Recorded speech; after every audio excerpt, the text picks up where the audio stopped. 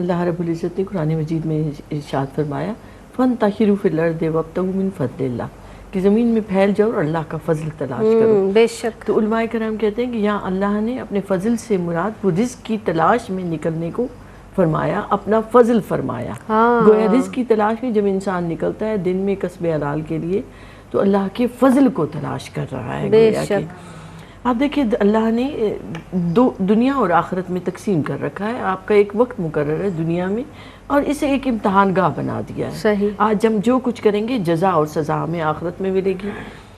اللہ نے یہ مخلوقات بنائی، معدنیات بھی بنائے، نباتات بھی بنائے، جمادات بھی بنائے، یہ ساری چیزیں بنائی، حیوانات بنائے اور تاج کرامت رکھا، عزت کا تاج رکھا انسان کے سر پر۔ سبحان اللہ۔ پھر آپ دیکھیں تو انسانوں کو انسان کا محتاج بنا دیا۔ آپ ایک کام کر سکتے ہیں، آپ سارے پیشوں کو بیک وقت ایک آدمی نہیں کر سکتا۔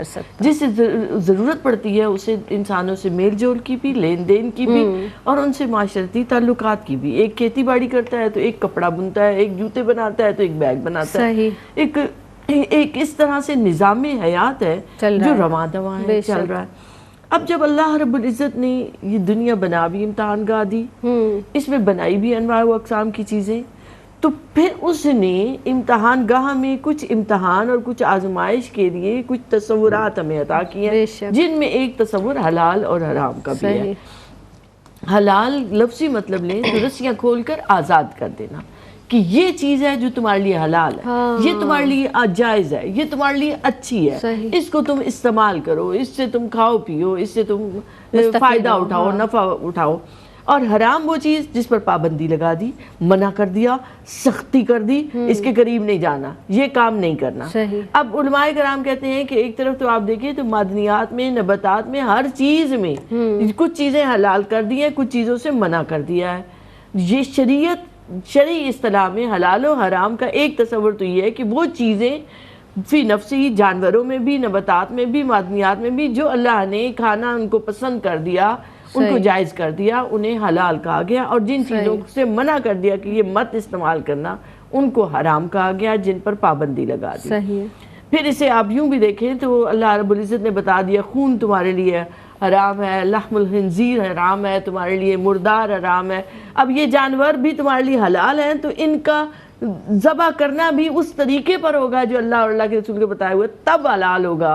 ورنہ اگر یہ گھٹ کے مر گیا، گر کے مر گیا، چوٹ کھا کے مر گیا تو یہ پھر حرام ہو گیا، اب اس کا گوشت استعمال نہ کرنا۔ اب بندہ مومن ہے ہی وہ جو اللہ کی مانے، وہ ان کی باریکیوں میں جانا دلائل کے لیے، دوسروں کو بتانے کے لیے تو ضروری ہے، لیکن آپ کے اندر یہ اترا ہوا ہو کہ میرے رب کا حکم آ گیا، اب میں اس کے قریب نہ جاؤں۔ تو یہ تو ایک تقسیم تھی حلال و حرام کی اس انداز سے۔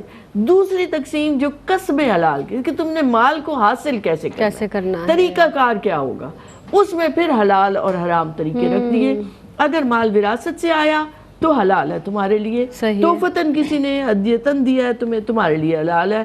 تم نے محنت کی، اپنے کسب سے کچھ کمایا، اس کا معاوضہ ملا، اور وہ بھی وہ طریقے جو اللہ نے بتائے ہوئے ہیں۔ تم نے ہاتھ کی ہنرمندی سے کمایا، تم نے کوئی اپنے پڑھانے سے کمایا، یا تم نے کوئی اور ایسا کام کیا جس سے تمہیں معاوضہ ملا، اب یہ جائز طریقہ ہے، یہ تمہارے لیے حلال روزی ہے۔ اب اس سے تم مال خریدو، گھر میں لے کر آؤ، اپنے اہل و عیال کا پیٹ پالو، یہ حلال ہے۔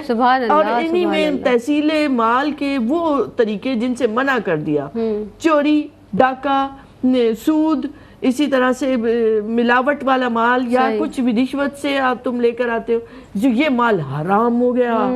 اب اسے نہ خود کھانا، نہ اپنے اہل و عیال کو کھلانا، یہ حرام ہے۔ اس کی نحوست اور اس کی بے برکتی سے تمہاری دنیا بھی خراب، تمہاری آخرت بھی خراب۔ تو یوں ایک تحصیل مال کے لیے حلال و حرام کا تصور دے دیا، اور ایک چیزوں میں فی نفس ہی کہ یہ چیز حلال ہے اور یہ چیز حرام ہے۔ اور اس لیے حلال کے ساتھ طیب کا لفظ استعمال ہوتا ہے کہ جو چیزیں اللہ نے حلال کر دی وہ پاکیزہ ہیں، وہ ستھری ہیں، وہ صاف ہیں، انہیں استعمال کرو، ان سے نفع بخشی اٹھاؤ، وہ تمہاری صحت کے لیے بھی اچھی، تمہاری زندگی کے لیے بھی اچھی۔ بہت ہی تفصیل کے ساتھ